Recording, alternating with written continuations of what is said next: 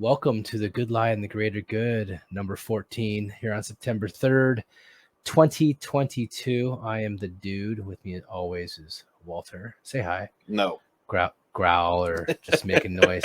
There we go. All right. So, two dudes sitting in the garage, figuring stuff out. Trying to separate you from your money. Yes, absolutely. I mean, here as we go, we might brag about the fact we've been right about a lot of things. Just putting pieces together. Today we're likely going to be discussing the collaboration of government and corporation and media in suppressing things. I think is what we're going to do. The oligarchy. The oligarchy, from Twitter whistleblowers to Facebook. Zuckerberg admitting that the FBI told him to hold off on the Biden laptop, to the White House colluding with social media and the media, obviously. Timothy Thibault and his long and storied career as a political activist within the FBI. The Trump raid and the allegedly thousands and thousands of documents that had nothing to do with the purview of what they were there for, and some other things. But the first thing I would love to talk about is, did you see the preview for V for Vendetta 2? Because damn, dude, I was like, what are you it talking looks about? legit. I don't know. I can't find when it's coming out, but it looks to be pretty fucking awesome. Yes. So I wish I was joking, but that's what I thought when you sent me that picture, because I hadn't seen the speech. Red Joe Biden. Okay, so you've heard of Dark Brandon, right? Have you heard of Dark Brandon? No, I don't know. So the left, like, I don't know how long ago this was. I don't know if it was like a couple weeks ago or a couple months. The left has decided that they were going to take some of the right-wing memes about Joe Biden and kind of like they're in their mind, they're going to steer into the skid. So they're like, instead of Joe Biden being like this, like, senile pedophile, corrupt pedophile, they're like, oh no, he's playing 4D chess. So Dark Brandon is the guy who gets stuff done. Dark Brandon. So like they're literally making him like thing. They made him like demonic, and they're like, Dark Brandon passed this. Dark Brandon signed this executive order. Dark Brandon said this, and it's like, this is creepy as fuck, like man. Moloch, like yeah, man, like he's gonna start eating kids and stuff. So the right is like, dude, like, haha, this is not funny. You're literally doing what we're making fun of him about because you don't understand the joke. Going back to the left camp meme. But so then Joe Biden, they go out there and they're like, what we're gonna do is we're gonna have him give a speech basically saying that like half the country is domestic terrorists, and we're gonna light it like it's being spoken of either at the gates of hell or like it's an actual like fascist speech. Stormtroopers. So when I first saw the picture, and it'll probably be the thumbnail for this, actually, when I first saw the picture, I was like, okay, this is an interesting meme that someone has photoshopped.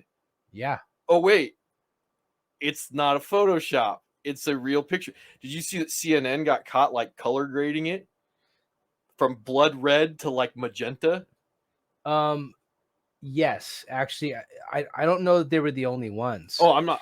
Only because I saw the actual color, and I've seen a lot of other ones that have it definitely toned down. Yeah, not quite as gnarly, and they definitely didn't pick all the pictures. I mean, some of them are, you know how you get a picture just right where he's just like foaming at the mouth, trying to like remember what the hell he's gonna. Apparently, allegedly, he practiced for like 3 days. Like took time out of his schedule from vacationing to like learn this speech. Yeah, because he fucks up every other one so bad.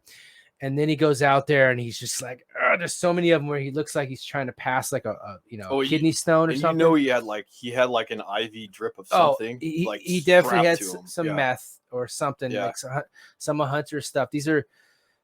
I've never seen him this spry in a while. The only explanation from the dude who was falling asleep 2 days or 4 days earlier trying to explain, whatever it was he was explaining, to now he's all pepped up. Yeah. So clearly, but I did not know about Dark Brandon. That's a 100. Sorry, that's a 100% real thing. Yeah. Did not know about that. What the hell is wrong with these people? I don't. Is this the largest Cognitive dissonance, or was it? Yeah. Is this the largest Psychop collective psyop? It's okay. Here's where I'm at. It's either a gnarly psyop of some sort, and I don't want to get on a conspiracy tangent, but I can't rationalize. I've been thinking about this for a while. It's either that, or this is the largest collection of the dumbest people that exist on the planet running our country. Yes, it's one, or I don't even want to say both, unless the psyop required that they had to have the dumbest people on the planet in part of it. Well, no, it's like we talk about, like, what are you selecting for in the traits of these people in the administration? 100%. But is it for for a specific reason to make them look as bad as possible as part of like the agreement, or did they just the idiots get the key to the fucking? Yeah, because anybody with any common sense got out of Dodge a long time ago. I mean, that the people that are legitimately Hitler. They don't say say Game of Thrones. They don't. He doesn't do that if he did that every day, we wouldn't be talking about it. He said very similar things the last few weeks. Well, prior to his but that's part of the reason why the Good Idea Fairy decided they're going to make a blood red background, and everybody's talking about the blood red background. They might not even be talking about the substance of the speech to the same degree that they're talking that it just looks very bad from an optical standpoint, or very awesome if you're on Team Biden. Yeah. But that's what I'm getting at. He looks like he wants to go out and get those guys. Yeah, exactly. If I give him more power, then he will go do X. He will take care of those bad guys. God damn it. Oh, and that's why we're talking about, like, some of the things that he said in the speech that I would concur with, like America's an idea. He talked about other stuff that what are some of our theoretical shared values are supposed to be. Like, these are the things that need to be reinforced. Yeah, they need to be reinforced within the household. And I don't know, they're viewing some of this. This is the interesting thing. They're viewing some of the same things that we're supposed to have from a shared cultural standpoint, but they're viewing it from the other side of the lens. Okay. Right? Yeah. I mean, because remember, the left used to be the party of free speech. Yeah, the liberal. Yes. Yeah. Well, I mean, my thing is, 100%.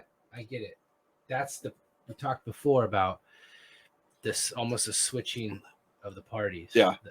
And it's like, how do you said that as you go through and that whole make your bed, learn a skill. Yes. Make yourself a viable. Yes. Or someone would want you. Well, like we talked about with video games before. I don't know about. We talked about with video games before. Like, we grew up in a generation where, like, our parents were like, video games aren't good for you, right? But they couldn't articulate why. So it's like, well, why? They're not good for you. You should go outside and you should go do stuff. Why? Right? Because we're raised to, like, to have critical thinking. Why? Explain it to me. It makes sense that video games are not good for you. Why aren't video games good for you? Because when you get done playing them for 8 hours, 10 hours, 40 hours, you've accomplished nothing. Yep. Yes. So even though like, and I'm a gamer, I play video games. Like, nerd. Yeah, I'm a nerd. The reality, and I've enjoyed a lot of my time playing video games. The reality of it is, when I'm done, I didn't build a house. I didn't gain a skill. Right? I enjoyed the time I played video games, but I didn't make myself a better person in any particular way. I burned a certain amount of time without actually. Now, some games may have more value than that baseline level, but at the end of the day, if you're coming home from work and you're not continuing, I mean, why do relationships fail? Communication. It's not communication. Yes, it is. No, it's not. Yes, it is. No, it's not communication. No. It's if I'm not doing something to make myself desirable for my mate, why would they stick around? And so if I'm not growing, communication and be like, well, yeah, and have a conversation. But about making yourself. But if you don't need to conversate about it in the first place because you're constantly both pushing each other to be the best person that you can, be fucking awesome. Yeah, how do you? So if you're failing at that, then your communication becomes paramount. Absolutely. Yes. But you also should be communicated that you should have a pretty good understanding ahead of time. Like, all right, this is kind of what I'm into. I'm always, this is the road or whatever. This is the shit I'm bringing with me. Are you bringing the same shit or some similar stuff? And we can talk about some things that you bring that I don't have, or vice versa. Well, That's cool. What I'm saying is, down the line, as relationships get stale, because both people stop trying to improve themselves. Yes, 100%. But if you come out at 17 or 15 or 19 and you aren't trying to prove yourself, you're already behind. You're already behind. How do you fix that, man? I can't wrap my head around how you take someone who's after 25. That's kind of your prefrontal cortex is kind of formed. Mm-hmm. That's kind of might be who you are. It's very difficult to change that's what we talk about, games. Yes, games, and especially if you're smoking weed, making yourself even less malleable, less, encouraging yourself even less. That's what we talk about, like adversity. Like you have to be challenged at multiple points in order to continue to grow. And if you're removing those hurdles for someone, then they can't deal with adversity, because you have to have the appropriate understanding of risk and failure to what's the word? Appropriately benefit from success. Understand the success. Like if you remove a certain amount of if everything is if you have no adversity, then you don't understand what success is supposed to taste like the hard work that comes from success. Don't even know where to begin. Yes. Attempt. Yes. So dealing with 100 failures to get that one success is going to be euphoric. Well, yeah, but if you don't know, finding a 6-pack in the fridge when you weren't expecting it could seem like success. Yes. So there you go. Yes. And that's where, dude, we can go on a whole nother tangent about this, but my question is we clearly need to stop trying to make a Grand Canyon between two sides. Yeah. And this V for Vendetta speech didn't help. No. Neither has any of the other previous few. I mean, let's be honest, pretty much from the very beginning. And Trump wasn't awesome at culling that Well, no, I would slowing that whirlwind. Well, no, I would say Trump's problem was he thought that these people were going to play by the same game. So like it wasn't I can understand how people on the left never warmed up to him. I 100% understand that. His problem was, if I play the game appropriately, then they will see that I'm not racist or I'm not whatever. That was always naive. They were never going to allow it. They're politicians. They're professional. It's not that they're politicians. They're ideologues. Yeah, but you don't go into a debate trying to change the person's mind that you're debating. You go into a debate to change the people's mind that are in the audience, right? Trump went into politics thinking that he could change the people's minds that he's debating. He was always going to fail. Like, we go back to why Trump got elected president in the first place, because the majority of people were ready to vote for him, or at least the majority of places were ready to vote for him. Yeah, exactly. Yes. True. I don't disagree with you with that. In that, it's just a tough one. It's tough to see your. Well, like we talk about DeSantis, like I don't think DeSantis may be Trump light, but at the end of the day, I don't think he's going to change anybody's mind that isn't willing to vote for him. Yeah. If someone's like, I will never vote Republican, guess what?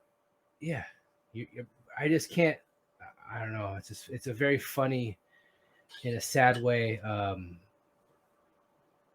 thing to watch. The lack of I know you're saying that's how people function, and I get that. I'm not trying to say, and I'm not special. I just learned at a young age that between two sides, there's generally some common ground where most things exist, Yes. things like that. And so to be on one side and think you're right about everything is naive and dangerous. Yes. And here we are. And so to have people who don't, I think it's most frustrating is people that say stuff don't even, that are the most, sorry to say stuff, people that are the most outspoken and the most fervent in their beliefs and the most dogmatic, they don't even know what they're talking about, or they don't even know the words Yes. that they're saying. And it's just frustrating. Yeah. To have someone tell me that, to be, oh, well, you're conservative, so you'd want to live in Montana or whatever. And it's like, what? I mean, it's beautiful. What the hell are we talking about? Yeah. And then later tonight, tell me to go be more liberal. Yeah. It's like, you don't even know what that means. Why are you saying that to me? That's dumb. Why would you do that? And it happens all the time. Did I tell you about the guy at work? I don't want to get into it, but yeah, people just say things and they don't even know the definition of what we're talking about. Yeah. 99 Well, times out of 100. but that's what, like, And that's we the talk frustrating about intelligence. Like most people, half the people, there's a 50-50 chance that anybody that you meet is on the dum-dum side. Yeah, I wasn't getting, yes, you're right. We've talked about this. I wasn't getting there. It gets overwhelming. It gets annoying. So you think someone with like a 97 IQ is acutely aware of the fact that they should shut the fuck up? No, I'm not. And the fact that someone they're everywhere, so it's hard. And it's the fact that annoying. you could have someone who's got like 112 IQ that is fundamentally retarded with their ideological view that should also shut the fuck up. But do you think that they're going to be aware that they should shut the fuck up too? No, they're just going to yell louder. No. Because there's a reason why we're doing a podcast, and it's because like I tend to be able to articulate my points to such a degree that like someone that's talking to me is like, I really can't argue with that. It's like, no shit, because I fucking thought about it before I fucking said it. You're a dick. I am. You're a dick. Look, I don't know shit. I watched CNN for 5 minutes before I came to the coffee shop, and I see that you have on a shirt that makes me uncomfortable. Because you're wearing a Gadsden flag shirt, and I am. Yeah, you are literally, and you can see how someone's like, well, CNN showed a speech of the president saying X, Y, and Z, and I feel like I should come up and say something to you because it'll make me feel better about myself. Yeah, shut the fuck up. Yeah. It's been a long couple years, is what Mm-hmm. I'm getting at, and it's getting annoying. And my question has always been to you, and you. Because it changes, your answer changes a little bit. It does change a little bit, but it's like, how far along have they come to what's his name? Gosh darn it, Yuri Bezmenov. Yeah. In his ideological subversion, I have to look at that and say that they're rolling right along. Well, no, So if there's this many dummies, certain things I can't say, but no, what the Soviet Union didn't realize is that these cycles are likely always going to exist within culture, because like we were talking beforehand, information is neither created nor destroyed. It's only transformed. There's always going to be a cyclical nature to things, whether or not there's outside influence or not. The only thing outside influence might do is it might change. It might be able to influence the certain things that are going to be inflection points. Because that's one of the things that the Soviet Union, or as the communists talked about, is they realized that like the United States created a middle class. They were never going to be able to use income or wealth to influence the United States. Yes. The middle class killed that as an ability to make revolution. So what they had to do, they had to use race and sex in its stead. So that's what the current as they kill the middle class through their poor policies. Yes. That's what I'm saying. It's careening more because it was never about wealth. It's always about power. Always, every single socialist ends up with a nice house and a bunch of. Well, it's not about socially, because like all political systems devolve into oligarchy. That's what I'm saying. Yeah. Is those who It's just what color horse you ride in on. Exactly. No, and that's exactly my point. Is every form of government that allows does not put in checks and that does not have the self-limiting, government shall not. No, Shall no, not. that doesn't matter. It does if it No, because the an oligarchy. authoritarian government will devolve into chaos, i.e., more freedoms will come about, and a more decentralized government will always devolve into authoritarianism. Because these systems will not just sit in some type of equilibrium. They will be fluid. That's what you're talking about with Yuri Brezhnev. Like you're always going to reach a crisis point within your culture to which you go back to a new status quo, and that new status quo is going to move towards a crisis point, the identity of your culture. Now, theoretically, we're supposed to have a rather loose but literal culture that is dictated by the Constitution and the Bill of Rights.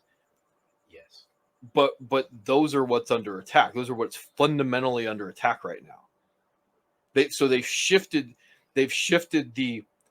the inflection point away from bell bottoms and blue jeans to should we have a Second Amendment? Yeah, that's what I'm getting at. Yeah. Is you're 100% right, and I was gonna. Well, you went ahead and it's yes the cyclical nature, the devolution, the evolution. All I was getting at is as we devolve, because from the attempt to devolve from the government we have right now to start taking some of those rights away to where you end up with an authoritarian. We already have an oligarchy. Yeah. So we've always had an oligarchy. Always had an oligarchy. They're just more established. They're more dug in, entrenched, whatever you want to say. But all I was getting at is as the education or lack thereof, but the codifying of certain things, the race, the sex, the feminism, whatever it is, because they've had their hands in everything. There's an interesting book called Radical Son that kind of touched on a lot of this stuff, but written by a former communist. And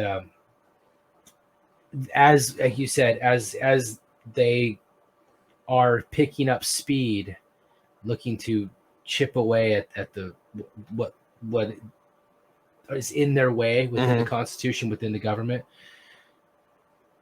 Are they going too fast? Have they gotten into overdrive and the brakes don't? I mean, is there a? Because as people talk, I listen to people and I'm like, I don't really have a good answer. It looks like the dumbest people on the planet are playing with the freest nation in the world, and it doesn't look like it's going so well. But I don't know. Well, it's like Tolkien. Speaking of Tolkien, because the bastardized. Oh, they shit all over that thing. So Tolkien said that like evil cannot create; they can only destroy. Like I'm bastardizing his quote. I mean, that's those like that they've done with the new. Yeah, those that can't teach, or those that can't do teach. Those that can't teach go into politics. Because they have nothing to give to the world. Because they fundamentally do not have the talent to do anything, so they go into politics so they can just burn everything to the ground. Nice. Yeah, and that because at the end of the day, like we talked about, like why we're doing the podcast, like I want to write these books, and then I want to have an audience to sell them to. If you had the desire to write a book, why would you go into politics? Oh, so people would know who you are, so you could sell it. Theoretically, right? But what other things are there to what other things can you bring to the table being a politician? Are you going to create anything as a politician? Most likely not. No. You're going to take away people's ability to do things by creating fucking stupid laws and spending their money. Yeah. So anybody who goes into there's a very narrow subset. We've discussed this before. There's a very narrow subset that have this hyper developed sense of community that go into politics, or they feel individually wronged and they want to fix something that they were individually wrong with. The machine will chew them up, and spit them the fuck out before they can get to any place where they can actually institute any of these things on a larger level. Yeah. 'Cause Absolutely. anybody who's somewhat functionally intelligent and socialized can go win an election in their hometown. Like we talked about this. How many votes do you need depending on the size of your local level? A few hundred to a few thousand. So if you want to go do it and you want to risk and you want to fail and you want to learn and you want to do it again, you will eventually be able to win at a lower level, right? Yeah. Provided that, like we've discussed before with our podcast, you don't suck. If you suck, then maybe you won't, but like you can do it. But the larger level of like what the system of politics selects for is not a competent person, or the people that stay in the system to go move further and further up the food chain. Like even if someone has the good idea fairy and they're like, oh, I'm gonna I have this name recognition and I can go be a U.S. senator, right? Yeah. Like they don't understand how the country's supposed to work. That's like, why would anybody want to be a U.S. senator? It's not supposed to have any power. Yeah. Your local level is supposed to have all the power. Like I don't give a fuck what they do. You guys aren't supposed to have the power, you dick, because you're a higher level. The only thing, the places that should have the authoritarian ability to deprive you of your Second Amendment are the local level, because the big level is like no. Should be. Yeah, but it's the opposite, because like we were talking about. But even people don't understand, like our country could not be founded the way it theoretically wanted to be found, because like everybody was like, that's too limiting in scope of power, and we want to keep a few things that are antiquated around, like slavery. So they had to go like, we need to compromise in order to even start this experiment up. Yeah, well, that's another argument. That's another tangent of the compromise. Yes. Yeah. But just to get it off the ground, some people had to give a little, take a little, and that's kind of the way it goes. But that's life. That's how it always is. And yeah, I guess you answered my question about that. But it's just the with the speech kind of got me thinking, and then all the other stuff you were talking about with Twitter and everything else. It's just like became very, and with the White House whistleblower that basically came out and said that when I talk about the careening towards authoritarianism, and then you have the White House holding weekly interactions, weekly or monthly, with corporations, media, and collusion between government and so, to construct a narrative and then to censor anyone that has it. That's a problem. You don't think it's no? It's not that I don't think it's a problem. It's that it just identifying as a problem it does nothing. It's not that like we already knew this stuff was already occurring. Like the FBI has always been political since its inception. So like it's like, well, that's a problem. Well, the government's always probably had the ability to spike newspaper stories. Like it's why it's a problem. Like why everybody should be upset about it. Why if I go Google something, I can't find the story that I want to find. I know it exists, but I can't find it. Yeah. Or you just read it. There's been others where I'm like, hey man, this, that, or you sent something to me and I look 4 hours later, it's not even there. It's gone. Like, holy shit. So how am I supposed, because this is the big issue. Like we may be more politically engaged, like someone who listens to this podcast may be more politically engaged. Like you're not necessarily ever going to make a normie politically engaged. So to use a better example, so the Game of Thrones spinoff, the new Game of Thrones spinoff, like House of the Dragon, just came out like 2 weeks ago. I guess it's not that bad. I haven't watched it. I don't really care to watch it. Yeah.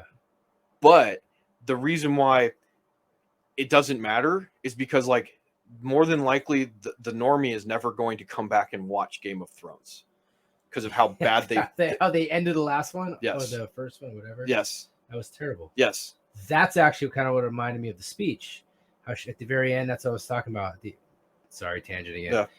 Where she's up there and it's red, and I by the way, I've never watched the end. I of Game watched of it because I was like, damn it, I made it this far. Yeah. I want to see how bad it is, and it got worse and worse and worse. But yes, yeah. So that's kind of what the politics has done to the normie is like, Jesus, why am I even gonna? Well, how? No, my point is like, how are you going to constantly keep the normie engaged if the normie didn't want to watch Game of Thrones? Imagine the amount of effort it took to get a large swath of the population who's not into the fantasy genre to get into the fantasy genre on HBO, right? Yeah. That like the if fantasy was the shit, we would have already had fantasy all over the place. Like, it is not necessarily the normie zeitgeist is not a fantasy show. I mean, HBO, there's a lot of violence and a lot of boobies. That's part of the reason why it did so well. But they're not going to come back and re-support Game of Thrones. They already got burned. They ain't going to come back. So, like, the point being with politics is, A, do you want normies involved with politics? B, if you do, how do you get them engaged? And if you do get them engaged, once they get burned, are they ever going to come back? Yeah, I don't know. Yeah. Those are tough ones. Yeah. Yeah, but I mean, and that's essentially like, it's like getting them involved or interested in anything that doesn't like whatever their immediate things are, and like be aware or golf or be aware, like, when we say this, that like everyone is a normie to something. And even in the realm of, if you're politically engaged into politics, there are going to be certain things, like, you send me stuff all the time, I'm like, I don't care, and you have to explain to me why you care for me to go, okay, I'll take a look at this. Just like I'll send you stuff sometimes and you're like, what's this mean, right? Just because when we're talking about this, like, if you can get single issue voters, if you can get one individual politically engaged enough in one thing, that they will show up to growth. That's why, like, there's another good example. The Game of Thrones, U.S. politics is the same thing. Like, how can we get a particular swath of people to come out and push us over the top, because we don't really care about these issues, we care about power. But like I say all the time, people don't think that way. People have rationalized the fact that, no, we're the good guys. We don't care about power. The other side cares about power. We care about doing the right thing. Yeah. Right. So at the end of the day, they go, well, if we're gonna lose power, if we lose power, then the bad guys get power. So we have to prevent the bad guys from getting power. And we can't let them say anything that might jeopardize that. So we're going to control their hateful, anti-science rhetoric. And we're going to do things like throw $10,000 to $20,000 at this imaginary, or not imaginary, this voting group to pay off their student loans. So they'll come out and they'll support us in November, because it doesn't matter. But we can get the optics and get them riled up enough on a single issue that they'll come out and they'll give us They're the actually vote. pretty good at single issue stuff. Yeah, that's like they're way better than Republicans at it. Like, obviously abortions, even when it's not something, they make it something. I mean, I halfway believe that it was a bunch of leftist progressives who brought the case before in Mississippi that then got catapulted up to the Supreme Court. So they made that happen. They brought the You're talking about Dobbs and Roe versus Wade. Sorry, I apologize. They brought Dobbs. They made that happen. Yeah. That wasn't some Christian coalition. That was a bunch of lefties like, no, we need to lower the age of whatever the fuck. And then it ends up at the Supreme Court, and then it got overturned and everyone lost their shit. It's like, dude, you couldn't leave well enough alone. But now they've created this great single issue for the upcoming midterms. That is going to be an issue in certain areas. It's gonna alter the direction of certain elections. Of certain elections, because they're going to tie that. Do you see it? They're going to tie that to different things in different areas to sway or move as they would. So yeah, they're very good at it. I just think that obviously it is. When I said that it's bad that the collusion between the government and corporations. Oh yeah, clearly it's why it's bad. Obviously, we've talked about that. But is there anything else that we haven't discussed, or that I missed, or that's come up, or that you? well, it's becoming more blatant, and it's probably it's also becoming more, what's the word that I'm thinking of? That central culture that we're supposed to have to function as a nation, it is they're starting to use it to erode that central culture. Yep. To go after issues that they should not. When you have morons that are out there that are like, we should have limitations on free speech, right? Yeah. And then they're turning around and they're going like, well, we want to erode like you again. It just makes the issue authoritarianism versus freedom, and we talk about what freedom is the ability for you to control your own risk and your own failure to achieve your own success. And authoritarianism is just stagnation. Like there's nothing new can be created, and that which is old will only stagnate and fester until it reaches that inflection point. So, theoretically, you want to be someplace in the middle, and that let's see what's going on with this particular administration getting in bed with these places is they're only attacking the pillars of what our culture is. You're no longer going to have a functioning culture. You're no longer going to have innovation. It's not about our culture. It's about the fact that, like, if you're a globalist, if you're a humanist, whatever you want to call it, you're not allowing the ability to move what you would call forward. Yeah. Especially, I mean, they're regressing the amount of food that we're making. They're all of the green energy, none of it works. Mm-hmm. So we're taking things that were efficient, hyper efficient. Denmark, or not Denmark. But Denmark, wasn't it? They had number 2 in the Netherlands. Netherlands, sorry, yeah. Netherlands. Number 2. I did not know that. Number 2 food exporter behind the United States. Yep. They were told to cut some 30 to 40% of their food production in the midst of an upcoming food crisis.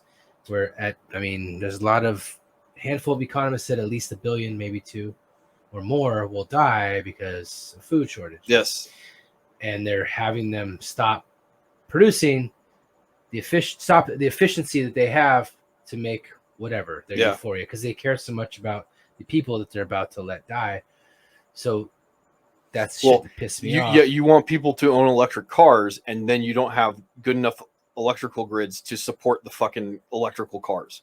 Yes, that's the funniest shit I've ever seen. So even like California, like banning gas consumption vehicles by 2035, but you don't have the grid to deal with your current state of power consumption, let alone a theoretical one that you're going to create in 2035 because you're fucking stupid, right? So like you have to do these things together, which would mean that like you have to have a plan to ban the gas consumption cars by 2035 while having an avenue. Now theoretically they're like, well, we could just do green energy in 13 years, and it's like, no, point to it. Yeah, no, it's almost like the ends always justify the means. And it's like there doesn't even need to be a plan, because it's so virtuous that it'll just whether it happens or not, it's worth ruining everything to try to achieve. Yes. Is that what that? Because they're not smart enough to realize the amount of unrest that they will cause in the meantime will destroy whatever good idea plan that they had in the first place. I mean, that's what they're literally talking about. Like, you're going to have, it's climate change that's going to cause like this unrest and this famine. No. It's the fact that you just like thoroughly decided to make this civil unrest occur because you're just stupid. Yeah, and then they can track. They intentionally, before even Ukraine, they were fucking with the fertilizer stuff. Yeah. And now all the people that they allegedly care about are going to die. That's the hypocrisy I can't get with.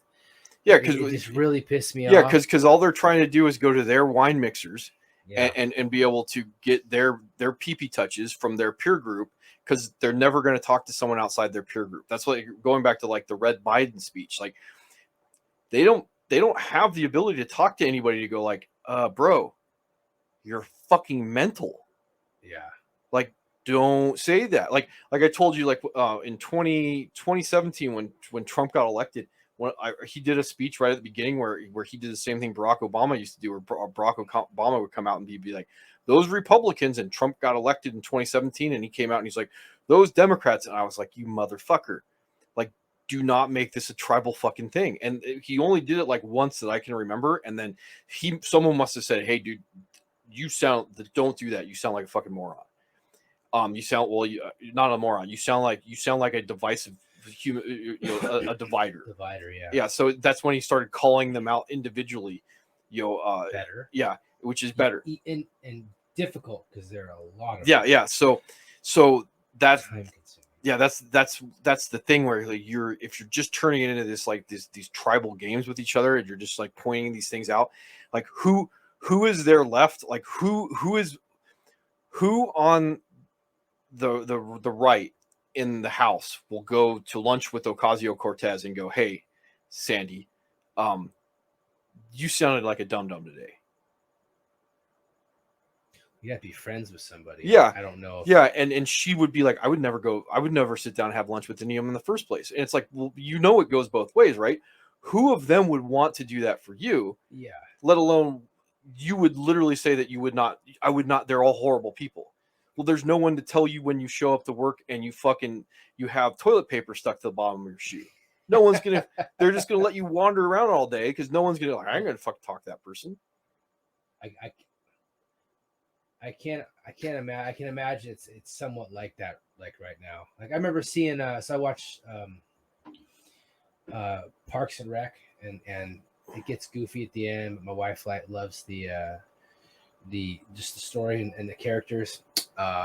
And there's one particular where they go to DC, and then they have it's Cory Booker and I can't remember the other not Strom Thurmond, from Utah, conservative, and you have Cory Booker is clearly lefty, and they have a theoretical band where they play. Yeah. It's called Across the Aisle, blah blah blah, and they're hanging out. Oh, I love this guy. It's cool.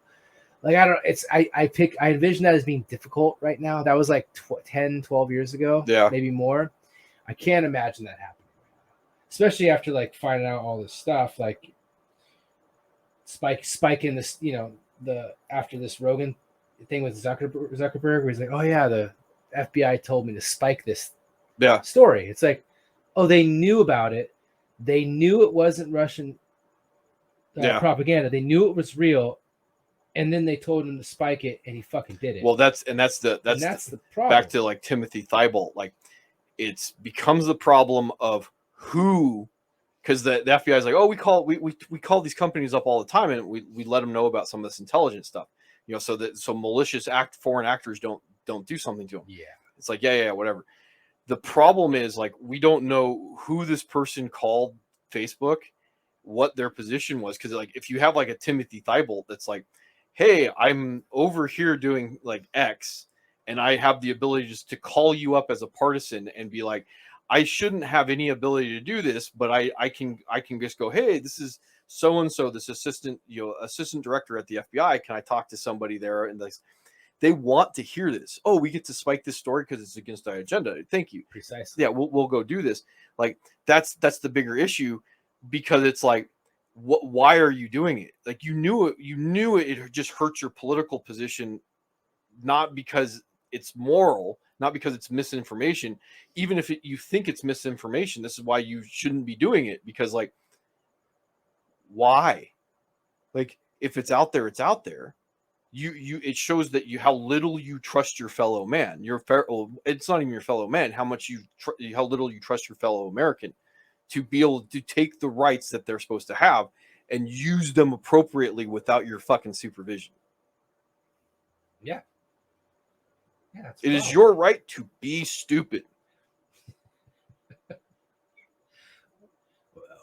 I guess I think that they do a pretty good job of holding their people's hands and telling them exactly what to,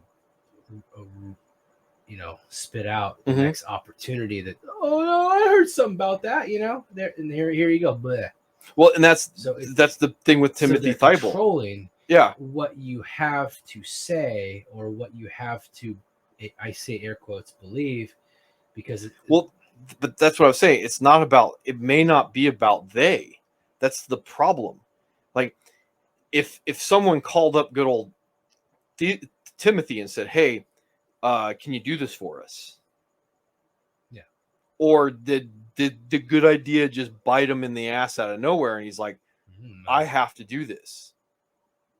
Because if there's at a this they, point, it's hard to know. yeah, but that's the thing. If there's a they, if there's a they, you can hold they accountable. If it's a religion, the idea, how do you kill the idea?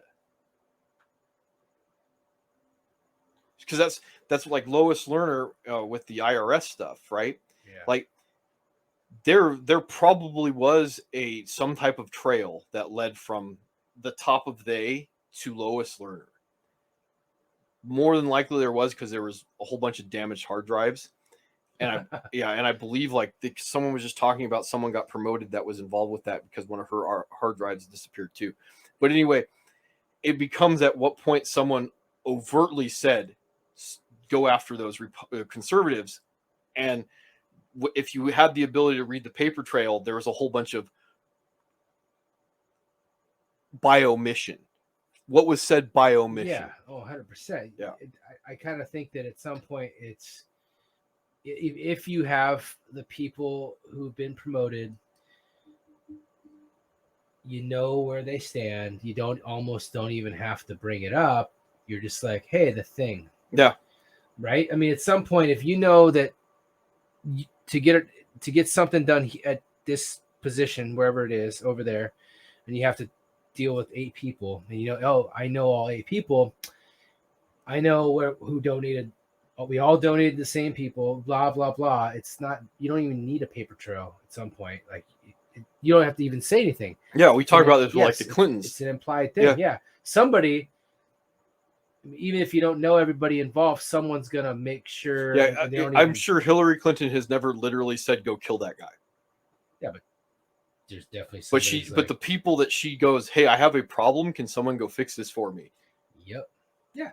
Exactly. Yeah. So so if you've, and it's not good either way. If it's No. all Republicans, that's the problem. Is you got to have tit for tat. You got to have one for one, so this stupid shit doesn't happen. Yeah.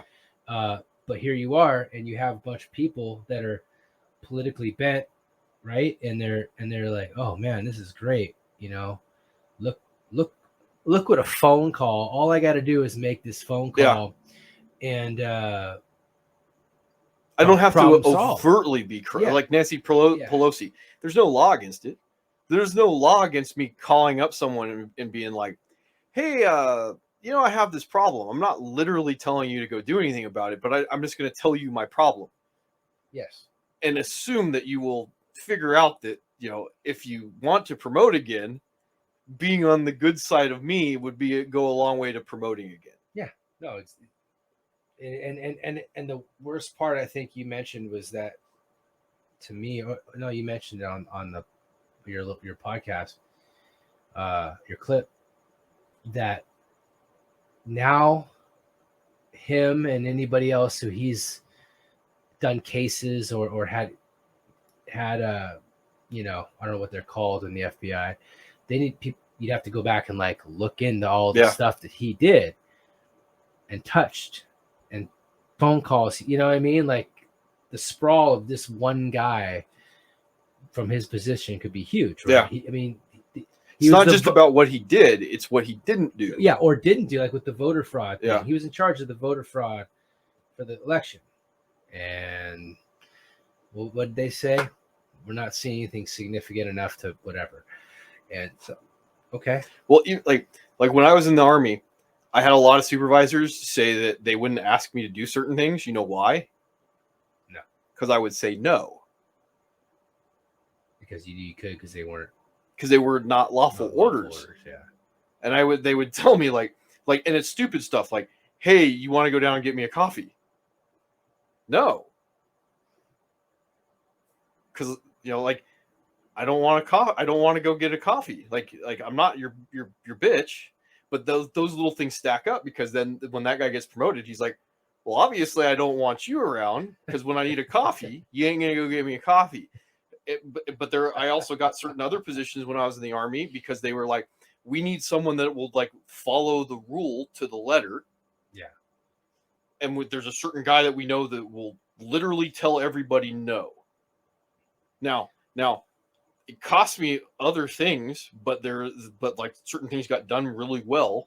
Yeah. Because but that's what you're talking about. Like a guy like Timothy Thibault, there were a lot of people that could call him up and go like, hey Tim, I need a coffee. Sure thing. Yeah. Easy. Yeah. Did you find it in the Army where it's like,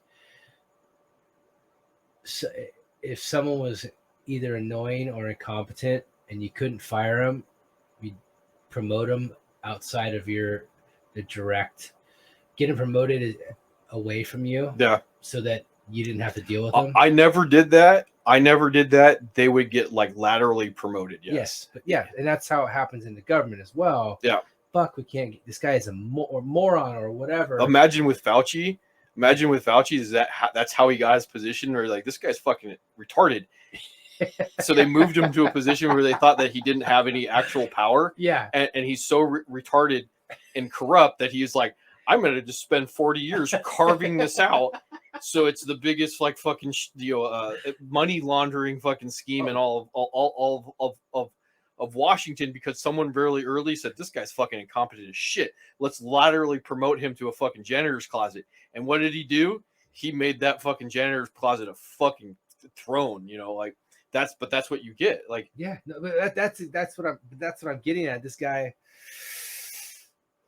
I don't know much about him beyond, I mean, obviously I don't know if you dug into his background a lot. There's not much, they were already scrubbing stuff, man. Like, yeah. One of the things, this is funny, on the clip that I put up there, on Timothy Thibault, there was an article, 5-year-old article that was like, said that like the FBI has always fixed elections, and I clicked on it and it was gone. Like, does not surprise me in the least that this article has been scrubbed from 5 years ago. So finding certain things on like I couldn't get on Timothy Thibault. It's supposed to have a LinkedIn page. Yeah, I don't know how to get to it. And it used, like, I can get to your brother's LinkedIn page, right? Yeah. And he's like, I don't even use that anymore. Yeah. But they know, like, we got to hide this like LinkedIn, like, so I would have to have like probably like a LinkedIn account, and then maybe I could backdoor it from there, but I don't have a LinkedIn account. I mean, when you're trying to like prevent, well, he might have taken it down too. Yeah, he might have taken it, but also they've done this numerous. It's the whole point. Like, you got to cut. Oh shit, yeah. We got to cover all. So because a guy like him isn't going to have a Wikipedia page, so like you're left with very limited ability to like go dive into him. And if you're having weekly chats with all the companies, you're like, hey man, scrub that guy. Yeah, well, and that's the thing. Like, well, yeah, when you're having, yeah, exactly, when you're having like weekly chat, yeah, this is why I'm asking. But sometimes you don't even have to tell them to do it; they'll just start scrubbing it. Exactly, they already know. That's my point. Yeah, that's also my point. Is when you're having those weekly, they know what to do. Yeah, they're already ahead of it, man. Like, oh, this is going down. Cool. They don't have to write a program, whatever the hell they got. Because you've taken a Fauci, you've shoved them in a broom closet, and no one needs to tell that person to do that, because there's a reason why they're in the broom closet to begin with. Yeah. The good idea fairy goes like, well, you've given me the keys to alter the logarithm so you can't find this guy's LinkedIn page. No one has to tell you to do that, because you put this guy in that position on purpose. Because like the other thing, like in the Army, which was funny all the time, is there was a lot of this like, so and so is a really good guy, but he's kind of a fucking idiot. Yeah. We don't want to go after him punitively. We just want to make sure that he's nowhere near bullets coming in, or towards our direction. Yeah. Like you get a lot of those things like, well, we like a Steve Jobs. Steve Jobs was notorious for just like fucking firing people. Yeah. Like he didn't. There was no. Well, someone. He was a dick. Yeah, Debbie's a good person. Don't Steve care. Jobs would be like, I don't care. She's not competent. She's gone. Well, a lot of businesses are like, well, Debbie's a good person. It will affect morale if you fire Debbie, even though she's incompetent as shit. So they're like, oh, we'll put Debbie in the fucking broom closet. Yeah. So when Debbie finds out, like, they're going after this guy Timothy Thibault, and he's on my tribe, I'll just go fucking. I have access to the algorithm. It's done. Yeah. No one told Debbie to do that, but the fact that no one had the fucking part. And then when everybody leaves Twitter, because we didn't get to this last week. So there was a whistleblower that came out at Twitter that basically said, oh yeah, everything that Musk is complaining about, it's true, but it's actually worse. Because there's just no competence. They're not trying to run this as a business. They're all ideologically damaged, and it's chaos. So you have this like $44 billion company that is like worth a grain of sand. Yeah, that is not what anybody thinks. This guy even came out. I believe he said that the code's bad. It can be like backdoored or whatever. Like I don't. Said that someone 80% bots. Yeah. He's like, it might be upwards of that. Yeah. He goes, it's bad. Well, because we started up a Twitter for this, and it's just Twitter's so bad that I don't even want to go on there. Like it's just the people that are on there. There's no purpose to being on Twitter. It's just so the amount of people, the amount of bad takes that are on Twitter. The only people that are going to be on Twitter are the people that want to be getting in those type of knife fights, like low hanging fruit against people with strong opinions. And a lot of time, and maybe some weed or some Jack Daniels. Well, there's a lot of people that have Twitter accounts that if you're constantly monitoring your Twitter accounts, you're not. It's going back playing video games. What did you get done? Well, I was on Twitter all day long. Yeah, no, I was laughing. It'd be fun every once in a while just to have a couple of shots, go on there and just like start ripping people apart. Yeah, just like whatever, just to say you did it. You know, check that box. We got to check in the boxes. Check that box. Spend half a day on Twitter calling people assholes. Great. Well, it doesn't even work like that. Like that would be fine, but you have to basically wait for somebody with enough clout to say something stupid, and then you're first. So you have to be like, that's what, like with Trump, why these people were pissy is they were just literally staring at their phone until Trump would say something, and they would get something out as fast as possible. Like it doesn't even work the way that you think, because you think that you would go like, I'm going to go to somebody with a lot of clout. Well, they don't give a shit about you. They'll just fucking ban you. They'll move on. Like they're only want to get in knife fights with people that have big followings against big followings. So you end up getting in knife fights with people that don't fucking matter. Like you're not speaking truth to anybody's power. No one gives a shit about you. It's a waste of time. Yeah, it's a waste of time. That's why I said like I was on it and I snarky to a few people. They don't fucking care about me. Who cares? Yeah. That's my point. It would only be fun once. Yeah. And even if a couple days. Yeah, maybe a couple days. Two. Yeah. Just to say you did it. I'm not saying that you're changing anybody's ideas. I'd never even been on it, so I don't even know. Now there are a lot of people that have a large enough base that they can tweet something snarky and then it will get picked up on, and so there's a public relations reasons behind doing it. Yeah, you know, a publicity type reason behind it, but for like normal people, like no. But at this point, it's a failed business. Yes, a censoring business, right? Mm-hmm. That's how is that going to? Well, because it looks like you can launder ideas through Twitter, but no one actually cares about Twitter. So if they knew how little value, because again, this goes back to the normie. Normies aren't on Twitter. Normies aren't going to invest their time in Twitter. No, why would you? Yeah, why would you? So they've manufactured this idea that it is the public square when it is not the public square. That's just funny though. Yeah, it's like everybody on Twitter, like sports, like so and so tweeted this, you know what I mean? Not so much lately because everything's kind of coming out, or at least Musk kind of Musk pointed out that like the people that have the biggest presidents on Twitter don't actually use Twitter anymore because it's too much of a liability to be caught up in some type of like canceling. Yeah. So like if anybody actually realized how bad Twitter is, like it's a 40 billion dollar fucking abyss. It doesn't have any, the emperor has no clothes. Yeah. So like that's the big problem, and they were too stupid to realize that like someone like him called them out on it. So who's next? He's gonna try do it again somewhere else where they have questionable. Well, I don't think subscribers. Well, no, I don't think anybody else has to do this, because like going into pop culture stuff, like the new CEO of like Warner Media, like Warner, like the economy shifted. We all know that we may not literally be in a recession because they've changed they moved the goalpost, but we're in a recession, and everything that's not profitable is being gutted. And part of the problem behind that is investors are no longer throwing free money at people. Yeah. So you have to objectively be good again. You have to make money. Didn't matter for a long time. It didn't matter for a long time. Was that because money was cheap, or because they were seeing payoffs from just throwing money at stuff? They were seeing the outcomes they wanted, or was it because fuck it, money's so cheap?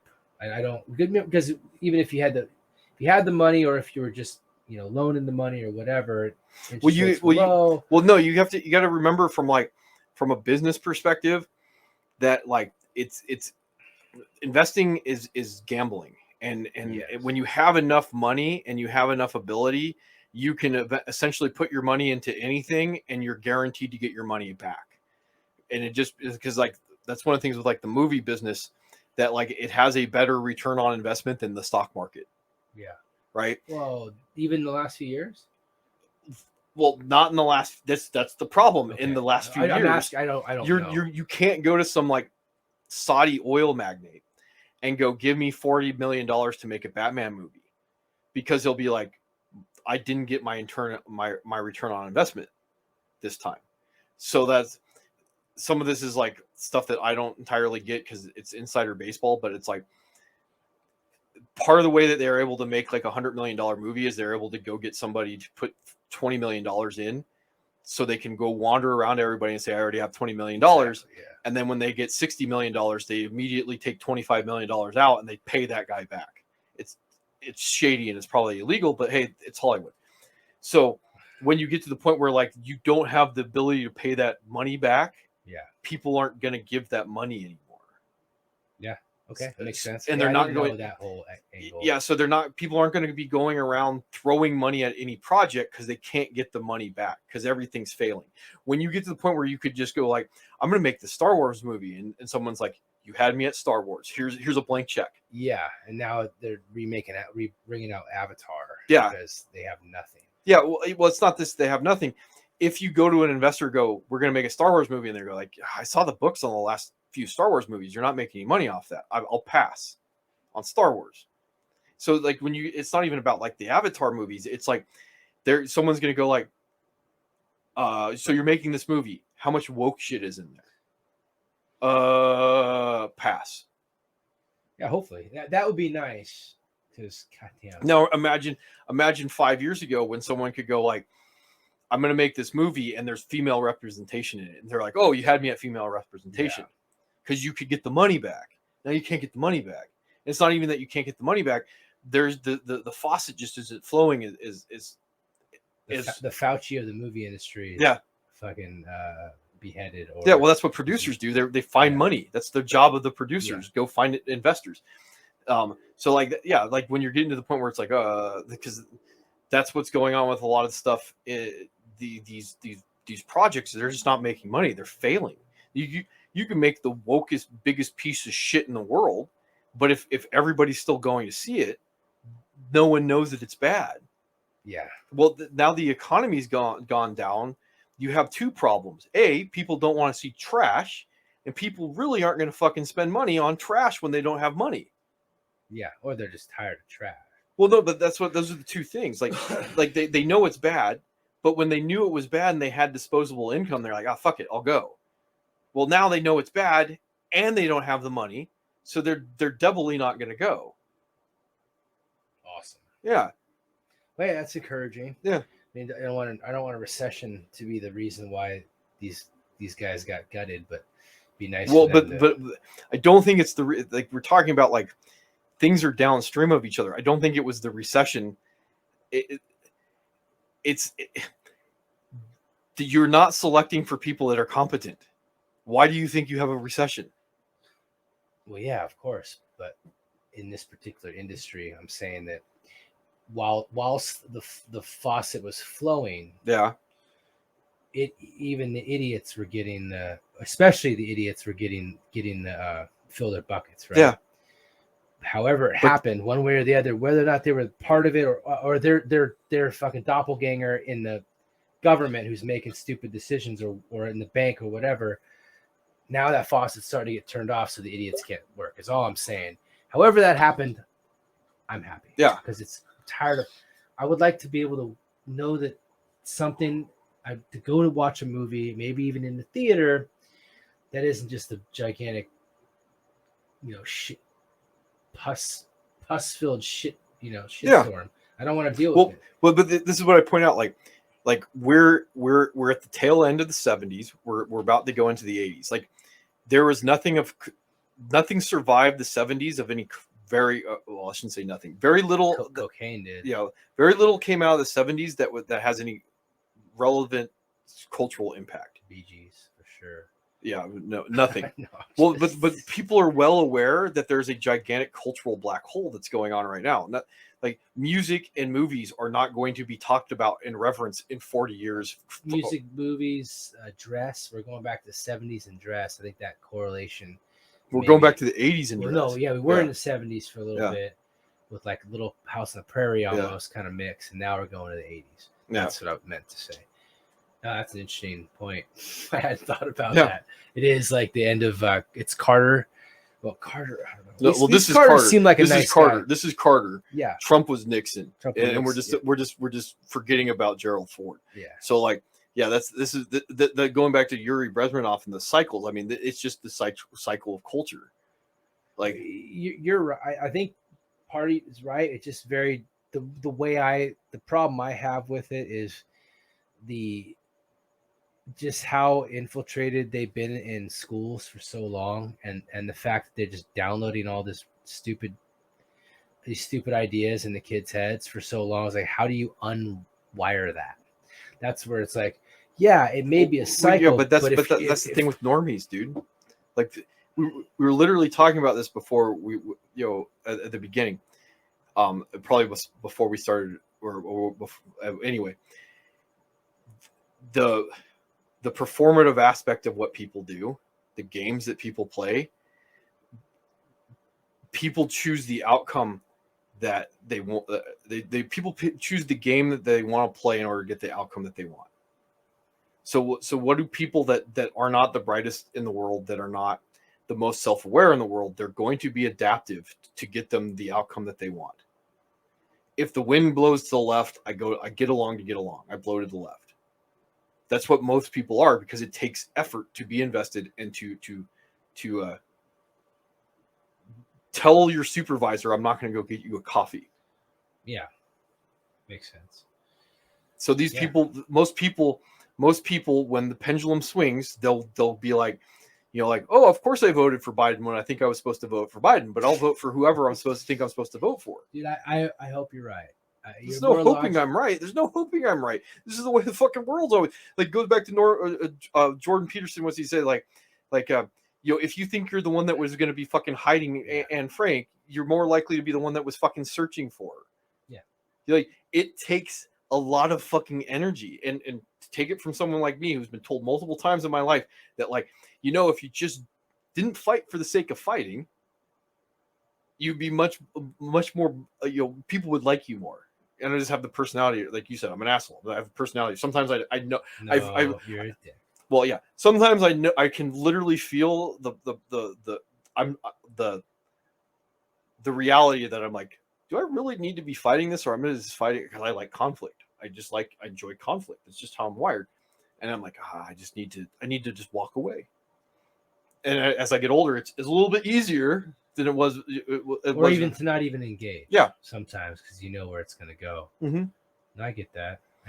And I understand you're very well versed in like sociology and how humans work, Gay porn, psychology, and Jesus, of course you're not wearing pants. That's exactly what I expect. Yeah.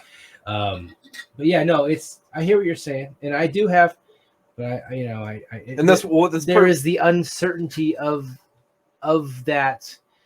Does it, if the pendulum swings or doesn't swing, do they even know it? And at that point, you know what I mean? Yeah. So there is that, like, if they're able to determine what information is, air quotes, right or not. I literally was watching Fight Club last night. I was telling you this, and they're talking about masculinity. When did Fight Club come out? 98. 99. 99. They're literally talking about not understanding what masculinity was in the 90s. Yeah. And then 9/11 happened, and we got to understand what a new definition of masculinity was, because a whole bunch of fucking people decided that, like, I'm going to redefine modern masculinity. And then we hit the cycle again, and we come back, and that big dick, that was it Jennifer, or not Jennifer, Caitlyn Jenner. No, Zero Dark 30. The redhead who's a fucking psycho now, but she was fucking hot. Yeah. Yeah. She's Chastain. like, yeah, Jessica Chastain. She's talking to the Navy SEALs in the movie, and she's like, yeah. "You SEALs with your Velcro and your dip." Yeah. Yes. Guess what? Navy SEALs with Velcro and dip is very fucking masculine, and you hit the peak of that fucking masculinity, and you can only do one thing, because that's the negative, like, performative aspect of masculinity. You got to go back until you go, like, we have hit the bottom of a feminine. We're all cutting our junk off and shoving it around. Yeah. Well, because that's what in Fight Club they're sitting there talking about, like, there's a Gucci ad or something like that. And Ed Norton's like, is that masculine? Is that, like, is that self-improvement is masturbation? Yeah. Now self-destruction. That's right. Yeah, because they're talking about the same stuff that we're talking about. That's why Polnareff's book in the movie resonates so heavily, and then you're just going back on that cycle. Like, you hit the certain levels and then you go back, and again, there's certain things that we can talk about with, like, systems and the movement of energy between them, but, like, you're just going to hit these points, and sometimes the pendulum the pendulum isn't going to go as far as other times, and that's the one thing that, like, the Soviets probably did get a hold on, is you can artificially, like, move how heavily the pendulum swings at certain points, but we were always going to hit there. I mean, like, you're always trying to figure out, we were talking earlier about, like, identity. You're always trying to figure out, like, I'm trying on the different identities, but I also have to try on those identities within what is socially acceptable, because this is the individuality versus the tribe. Like, if I stand out too much from the tribe, I'm going to be ostracized, but if I don't stand out enough, I'm not going to be able to procreate. Or you're not. Yeah, you're going to be just lost. Yes, I get that. Hey man, I'm just trying to. I get different perspectives from you. You see what's out there in the zeitgeist and what they say that was happening in the world, or whatever. They. Yeah, and then there's the 2030 thing, which you finally started to kind of pay attention to a year or so ago. Well, because as an actual like thing that's actually. Because I didn't think people, because my already low expectations of humanity. Yes, and it's like, there's no way anybody's this fucking stupid. It's like, oh god. That's the thing. I thought it was a fucking joke when I first saw it. I had to actually sit and go, okay, hold on, let me read. Oh, it's on the UN web. Holy crap, this is ridiculous. Oh, they what? no property, blah blah blah blah blah. Yeah. That's the only real with the people who run the banks, with the people who have the power from the central banks and all this stuff. That's really the only thing that, as a father and whatever, that's like a little bit disconcerting, is that whole tilt. That whole like German bad guy in a fucking spacesuit. That's the only thing that's really Klaus Schwab. Klaus Schwab, yeah, that. But that's him and them funding all these different things. Yeah. It's another topic for another time, but that's your perspective. I just wanted to hear that tonight because going in to have another child very soon, just wanted to hear what you had to say. So that's why I asked that. Yeah. So, all right, that was the Good Light, Greater Good 14. Hopefully the audio works. Hopefully the audio works. We're never sure because this is very technical and very. We're just two very dudes sensitive. who sit in a garage. Dude, it's not a garage. It's a room In a off the garage. Yeah. And it's not air conditioned. It's fun, but it's like being interrogated. Yeah. You really got to think on your feet. Anything you say could screw you. So if you liked it, hit the subscribe button. Leave a comment. This long. If you last this long, we try to stay on topic, but things happen. We used to be very, very bad about that, but we're getting better at kind of reining it back in. So thanks, and have a happy Saturday or whatever day it is that you listen to this. Yes. Bye.